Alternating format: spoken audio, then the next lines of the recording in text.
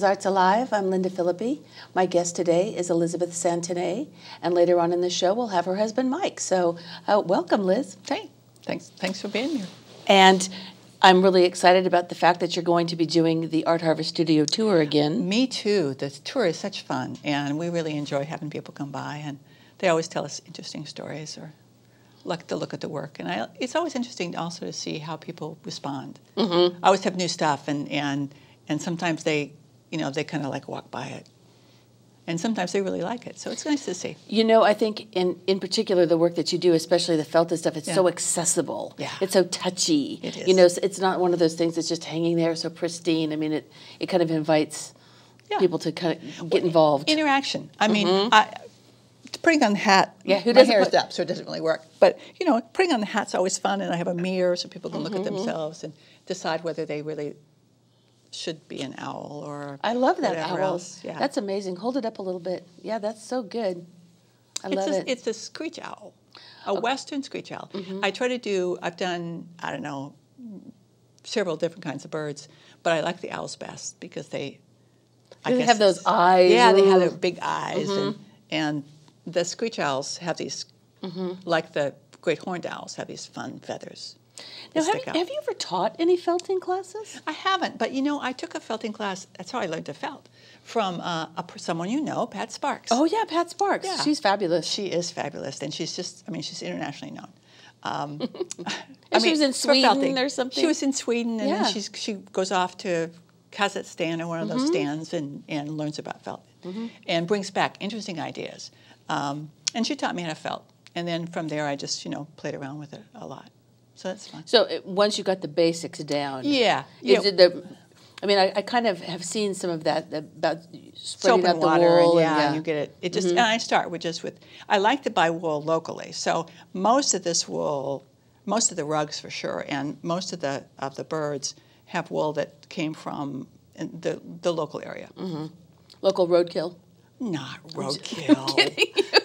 I don't know. I've never seen a dead sheep along the road. Just kidding. Skunk or skunk, whatever. I don't know. I should try to. No, skunks are way too. But they do felt possum. Oh, okay. They mix it with wool. I think it doesn't felt by itself. But going out there and trying to pluck a dead possum would just be too much. So you don't actually have to spin it and everything. You buy it pre-spun. Actually, it's not spun at all. Okay. I buy fleeces. Okay, greasy, old, dirty fleeces. And then I wash them. And then I card them, which is a process where you comb them so that the fibers all go the same way. And then I just lay them out, lay the fibers out. And then on the then tray. soap and water, yeah. Okay. And with something like this, you make it this way. And then you around a form. Okay. And then you cut the bottom off and form it. Then you form it round on a hat block. Okay. Okay, so it's those pieces, all the little individual pieces. They're all attached. Okay, so you do those separately, and then you felt them in. Yeah, then I felt them in, exactly. Okay. And that's the real it's a tedious process, but I don't know. It's kind of fun to decide how to make, to decide what kinds of things I need, like where I need the designs and stuff like that. Just the proportion. Yeah. And I guess that's like a trial and error. At first, when you start out, you make monsters, and then they start to look like things, and then you can say, oh, this is a western screech owl. Absolutely. And in the first few ones, one eye would be up here and one eye would be down here. Yeah. And it took me a long time to sort of figure out how to get that balanced. But once you get it down, it's kind of fun. And some work better than others. Some of them just don't quite make it, but this one does. Now, I have a question for you. Do you knit as well? No, I don't knit or sew. Well, I'm really bad. It's interesting because, so many people now knit. And you see ladies everywhere with their knitting. Yes. And it is a very mobile activity. It is. Whereas felting with wool is a home-based activity. You've got to definitely be someplace you can get wet. Yeah. Yeah, because it's soap and water and wet. Now, let's ask this question. Will you be demonstrating any felting? I will certainly demonstrate felting if people can. Every year, somebody's, I'm always willing to demonstrate either felting or painting. And when people come by, a lot of people say, oh, you knit that. I say, no, I don't knit. And then I have to describe what I do, and sometimes it's easier just to show them. Really? It's like, oh, I rub that wool and I play with it. Do you want to talk about the dates for the tour? Oh, gosh, you would ask me that question. I know they're the first 2 weekends in October, and I think it's the 5th, 6th, and 7th. Michael, correct me if I'm wrong. Okay. And then the next weekend. And in between, we have the school kids come out, Oh, which gosh. is really fun. I bet they absolutely love the felting. Yeah, they do. And usually we make things. I mean, the high school kids really don't want to make things. But the grade school kids, the 4th graders, love to make things. And so we make felt wristbands, little bracelets, or little various kinds of things, so that they get a chance to. So you really do let them get in there and get their hands wet and dirty wet and soapy, clean, clean, wet soapy. and clean, because the soapy water. Because you use soap to make the felt. Because you've already got all the grease off the the furs, off the pelts, the fiber. That's the word, fiber. Okay. But I do like to make. I make both 3-dimensional things like the bird head, and then these little boxes, which are just kind of fun. And one of the things that I love about this box is that you've felted in some really fabulous silk. Silk and metal. It's a fabric that I found that has some metal fibers that are woven in with the silk, and then the silk and cotton and linen, I think too, will felt together with the wool, and they just, because the wool shrinks so much, the silk doesn't shrink, and so it makes this little pebbly quality, which I really find interesting. And the metal makes it really shiny, which kind of glistens, it's fun. You know. And then you build it around a form. I make it around a form. In this case, it was an old computer, one of those old disc boxes from a computer. That you could make it around anything. You could, of course. And people used to make felt on purpose or inadvertently by washing wool sweaters in hot water. And in fact, that's how the people who knit make felt. Is they like will knit themselves a hat, but it's really big, extra big, yeah. And then they throw it in the wash with really hot water and lots of agitation, and take it out and see if it fits and put it back in. I had a wool afghan once. My grandmother crocheted for me, and somebody washed it in hot water, and it came out. Yeah. Baby. It's a baby toy at that point. It's not. Though it's nice and thick, I bet. Oh, it was nice and thick. Yeah, perfect for putting over your feet. So I think you brought some images. I did. You not? Yes. Good question. Maybe they can throw some images up for us, so people can see a little bit of what you do. Yeah. We'll just see. So this is a rug, and I do rugs. I like to do rugs. The rug design is that's a sort of an Asian design, but the technique is Middle Eastern. So I felt that the backs of the rugs are cotton muslin. Oh, sort of lined or backed. Yeah, they're backed, so they're much sturdier than they would be if well otherwise. And I think these are probably on some kind of loop, maybe. Can we get another image? Sure. Okay. And this is another bird. This is an American kestrel. Oh. Which is those little robin-sized birds of prey that sit on the wires, and hunt bugs, I think, mostly.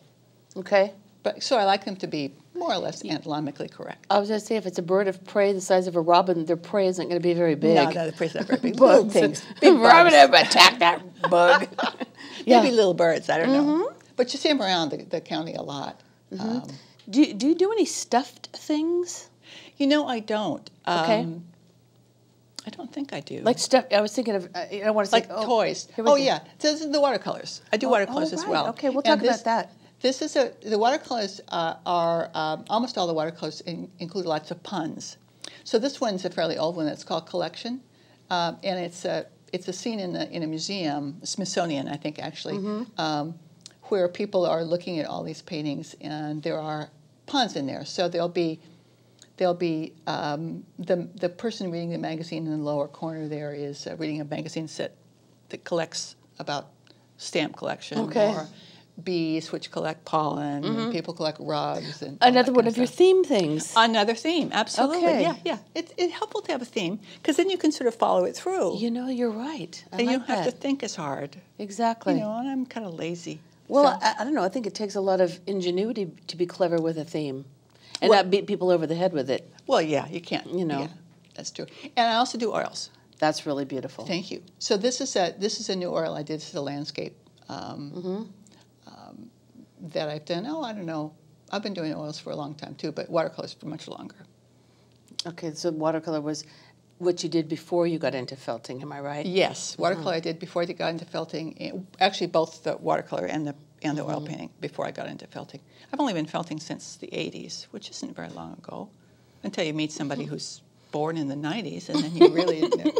Then you really know. I know. Once you start counting those decades, it just seemed like yesterday. That's a very happy Screech. The Screech Owl. So, yeah. That's amazing. And you'll have your watercolors on Yes. display, your oils on display. Yes. Now, I know that you show with your husband, so how do you keep that separate? We have separate studios. That's a trick question. I I already know knew it. that. You already knew that. Yeah. And they're really fairly close. I mean, I have my own space, which is good because I'm clean and tidy, and he's not, because he does clay. Yeah, of course. You know. So it helps to have a little bit of a breather as well in the creative process. Well, that's true. Yeah, yeah. It's though I think we could. The dust would be his dust. The dust from the clay would be hard when I do the watercolors. Right. And the oil paints maybe, but it wouldn't affect the felt because you wash it anyway. You know, it's all. What's a little road dust to an owl? Yeah, nothing. No, a little dust. Go outside a day like this, and you get lots of dust. Yeah. But it seems like you have a lot of light to work with. Your home is very light. Yes, yeah. My studio is really very light, and that's very helpful. It's just a little house next door to the house we live in, and it's got plenty of room for me to do stuff I like to do, and I can turn my music up, and it may not be the same music Mike's listening to that day, so that works out. What do you know? Do you find that you put on different music for different projects? Yes, I do. And actually how I feel. You know, sometimes in the morning the coffee music. The coffee music is much more classical and much more peaceful and things like that. But in the afternoon, you know, I want a little jazz. So kind of a pick-me-up. Pick-me-up, yeah, definitely. Of course. Lively. And both the felting and the oil painting are very active. You know, I move around a lot. Sure.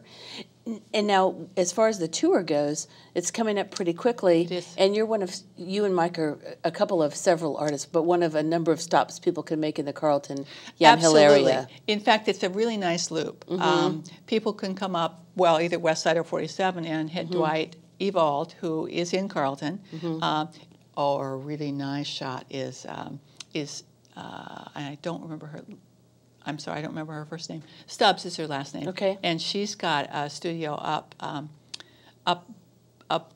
the hill between Newburgh and Carlton that's just got the most fabulous view, and she's a beautiful new space. So she's new this year. Oh, okay. Always fun to go look at new artists. Yeah, of course it is. And you have to drive through the wineries to get there, so the vineyards and things is always fun. It's just a really lovely time of year in general. It is. Well, Liz, I really want to thank you for being here today, and I wish you a lot of success on this tour. I think you said it was your 5th year? I think it's my 5th year, yeah. Okay. Yeah, so that's good. You're getting experienced. Are you ready? I am. Okay. I'm definitely ready. Good. Okay, well, thank you very much. Hey, thanks for having me. Okay. Bye.